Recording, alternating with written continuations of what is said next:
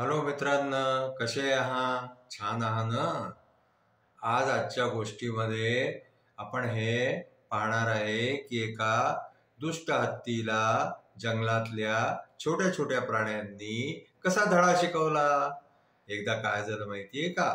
एका जंगलामध्ये एक खूप मोठं वडाचं झाड होतं. त्या झाडावरती खूप सारे पक्षी राहायचे. त्या पक्ष्यांमध्ये एक चिमणा चिमणी राहत होते. त्या चिमणा चिमणींनी त्या वडाच्या झाडाच्या एका फांदीवरती आपले अंडे दिले होते. तिथे त्यांनी आधी घर बनवलं होतं. मग त्या घरामध्ये अंडे दिले होते. एक दिवस काय झालं माहितीये का?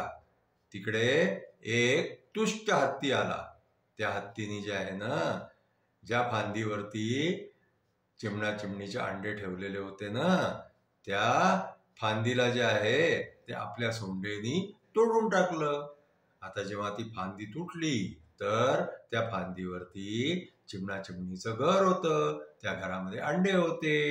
आता ते सगळं जमिनीवरती येऊन पडलं आणि चिमणा चिमणीचे अंडे फुटून गेले.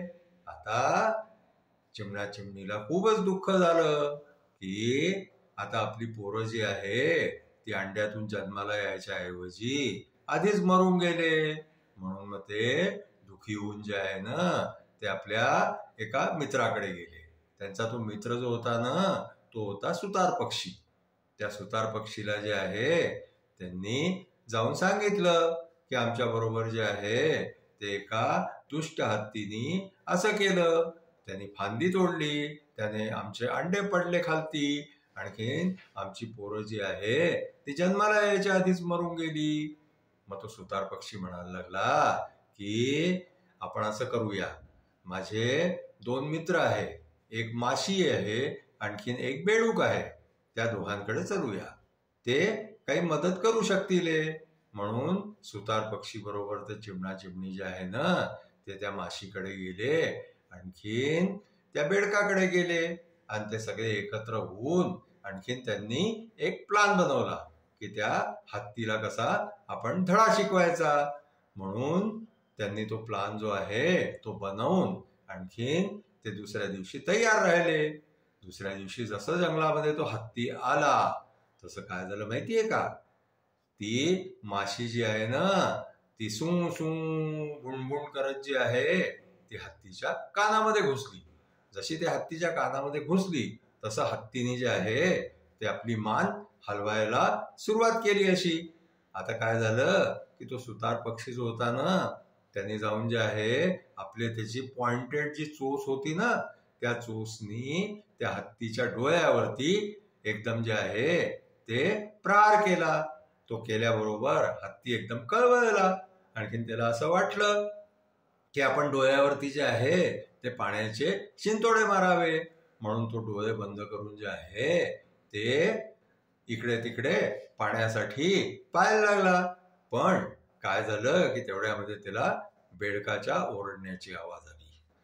त्याला असं वाटलं की जिकडे बेडूक ओरडतो आहे तिकडे निश्चित पाणी असावं. म्हणून तो हत्ती जो आहे त्या दिशेला जाऊ लागला जिकडे बेडूक ओरडून राहिला होता. जसा हत्ती तिकडे पोहोचला तसा तो धम्मकिनीने जाऊन जे आहे तो किचडमध्ये पडला. आता जेव्हा तो किचडमध्ये पडला तेव्हा तो त्याला खूप जोराने लागला, तो खूप कळवळला. तर हत्ती म्हणायला लागला की माहित नाही मला कशाची शिक्षा मिळतीये, मी असं काय वाईट काम केलं ज्याच्यामुळे आज जे आहे ते माझ्या बरोबर असं होऊन राहिलेलं आहे. तर बेडूक तिथे जवळच होता. तर तो बेडूक हत्तीला म्हणायला लागला की तू जे आहे ते चिमणा चिमणीचे अंडे काल फांदी तोडून खालती पडले, आणखीन त्यांनी ते तुटून गेले आणि त्याची पोरं जी आहे ती जन्माला यायच्या आधीच मरून गेली. त्याच जे आहे तुला ते हे पनिशमेंट बनवून राहिलेलं आहे. आता जे आहे ते हत्तीला खूप दुःख झालं की आपल्यामुळे असं झालं, चिमणा चिमणीची पोरं मरून गेली. मग हत्तीने जे आहे ते बेडकाला म्हटलं की आता मी पुढे असं कधीच काही करणार नाही ज्याने की कोणाला नुकसान होईल. आणखीन हे सगळं जे आहे ना ते सुतार पक्षी, चिमणा चिमणी हे सगळं दुरून पाहून राहिले होते. मग जे आहे ते त्या हत्तीला जे आहे पश्चाताप करताना पाहून आणखीन चिमणा चिमणी जे आहे त्यांना ते शांत झाले. आणखीन ते सुतार पक्षाबरोबर परत आपल्या जे आहे ते झाडावरती जाऊन बसले. मग जेव्हा हत्ती चालला गेला तेव्हा त्यांनी जाऊन जे आहे ना ते त्या बेडकाला आणि त्या माशीला आपल्याला सहयोग दिल्याबद्दल, कॉपरेशन दिल्याबद्दल त्यांनी दोघांचा धन्यवाद केला. आणखीन अशा प्रकारे जे आहे त्यांनी त्या हत्तीला जे आहे धडा शिकवला. तर आजची आमची गोष्ट जी आहे ती इथेच संपली. तुम्हाला आमची गोष्ट आवडली असल्यास तुम्ही आमच्या चॅनलला लाईक करा, शेअर करा, सबस्क्राईब करा. Thank you.